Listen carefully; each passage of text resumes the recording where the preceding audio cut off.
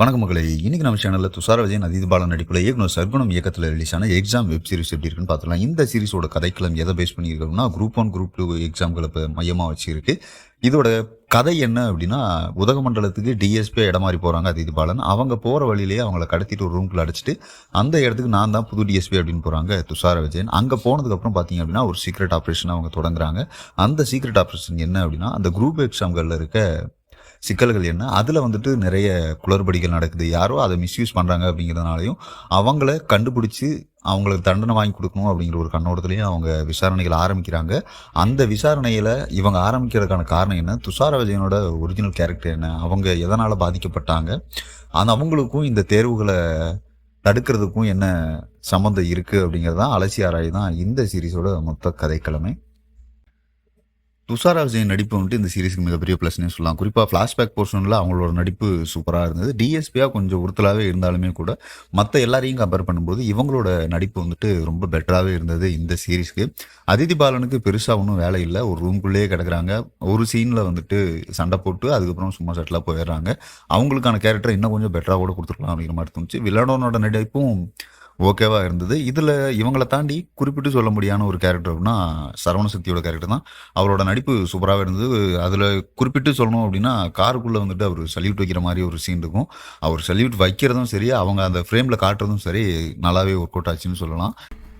அப்பாஸோட character தான் இந்த திட்டங்களுக்கான ஒரு பேக் போனாக இருக்கும். அவர் தான் எல்லாத்தையுமே வழி நடத்துகிற மாதிரியான காட்சிகள் இருக்கும். அவருமே அதை ஓரளவுக்கு நல்லாவே பண்ணிட்டு இருந்தார். ஆனால் அவரோட கேரக்டர் பெருசாக ஏதாவது பண்ணும் அப்படிங்கிற ஒரு எதிர்பார்ப்பை நமக்கு உண்டாகி இருந்தது. ஆனால் அந்த கேரக்டருமே வந்துட்டு எதுவுமே இல்லாமல் சப்புன்னு முடிச்சு விட்டாங்க.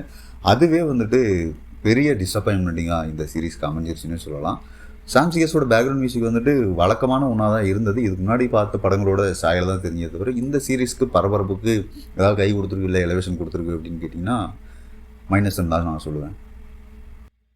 ஸ்க்ரீன் பிளே பொறுத்த வரைக்கும் ஃபஸ்ட்டு 3 எபிசோடு வந்துட்டு கொஞ்சம் நல்லா பரபரப்பாகவே பொருந்தும் சொல்லலாம். ஏன்னா துஷார விஜயன் டிஎஸ்பியாக இடம் மாறி போனதுக்கப்புறம் அவங்க மாட்டிப்பாங்களா இல்லையா அப்படிங்கிறதையும் நம்ம கொஞ்சம் யோசிக்க வச்சு கொஞ்சம் பரபரப்பாக கொண்டு போன மாதிரி தான் ஃபீல் ஆச்சு. ஆனால் அந்த பரபரப்பு அதுக்கப்புறம் இருந்ததா அப்படின்னு கேட்டிங்கன்னா இல்லைன்னு தான் சொல்லணும்.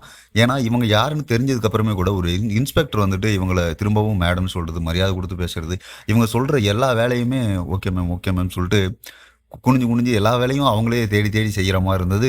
ரொம்பவே இடிக்கிற மாதிரி தான் இருந்தது. ஏன்னா இவங்களோட பேக்ட்ராப் ஃப்ளாஷ்பேக் போர்ஷன் சொன்னதுக்கப்புறம் பார்த்தீங்க அப்படின்னா, சரி இவங்களுக்கு உங்களை சப்போர்ட் பண்ணுறோம் அப்படிங்கிற மாதிரி இருந்தாங்க. பட் ஆனால் அதையே தொடர்ந்து இவங்களையும் மேடம்னு அவரும் கூப்பிட்றதா இருக்கட்டும், அவருக்கு பின்னாடி இருக்கவங்களும் கூப்பிட்றதா இருக்கட்டும், கொஞ்சம் உறுத்தலாகவே இருந்துன்னு சொல்லலாம். அது மட்டும் இல்லாமல் இந்த குரூப் தேர்வில் நடக்கிற முறைகேடுகள் மற்றும் அதை தடுக்கிறதுக்கு இவங்க எடுக்கிற முயற்சி எதுலேயுமே பெருசாக எந்த டீட்டெயிலிங்குமே இல்லைன்னு தான் சொல்லணும். அதை தாண்டி எந்த விறுவிறுப்புமே இல்லை அப்படிங்கிறது தான் கொஞ்சம் உறுத்தலாகவே இருந்தது.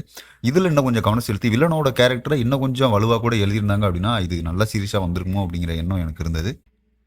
அது மட்டும் இல்லாமல் ஒரு டிஎஸ்பியாக இடம் மாதிரி ஒரு 10 நாள் அவங்க இருப்பாங்க அப்படிங்கிறப்போ அவங்க வந்து யாருன்னே யாருக்குமே தெரியாதா, இல்லை டிஎஸ்பி இவங்க தான், டிஎஸ்பி மரமல்லி வந்துட்டு இவங்க தான் அப்படிங்கிறது யாருக்குமே தெரியாதா அப்படிங்கிற ஒரு மிகப்பெரிய கேள்வி வந்துட்டு நமக்கு உறுத்தலாகவே இருக்குது.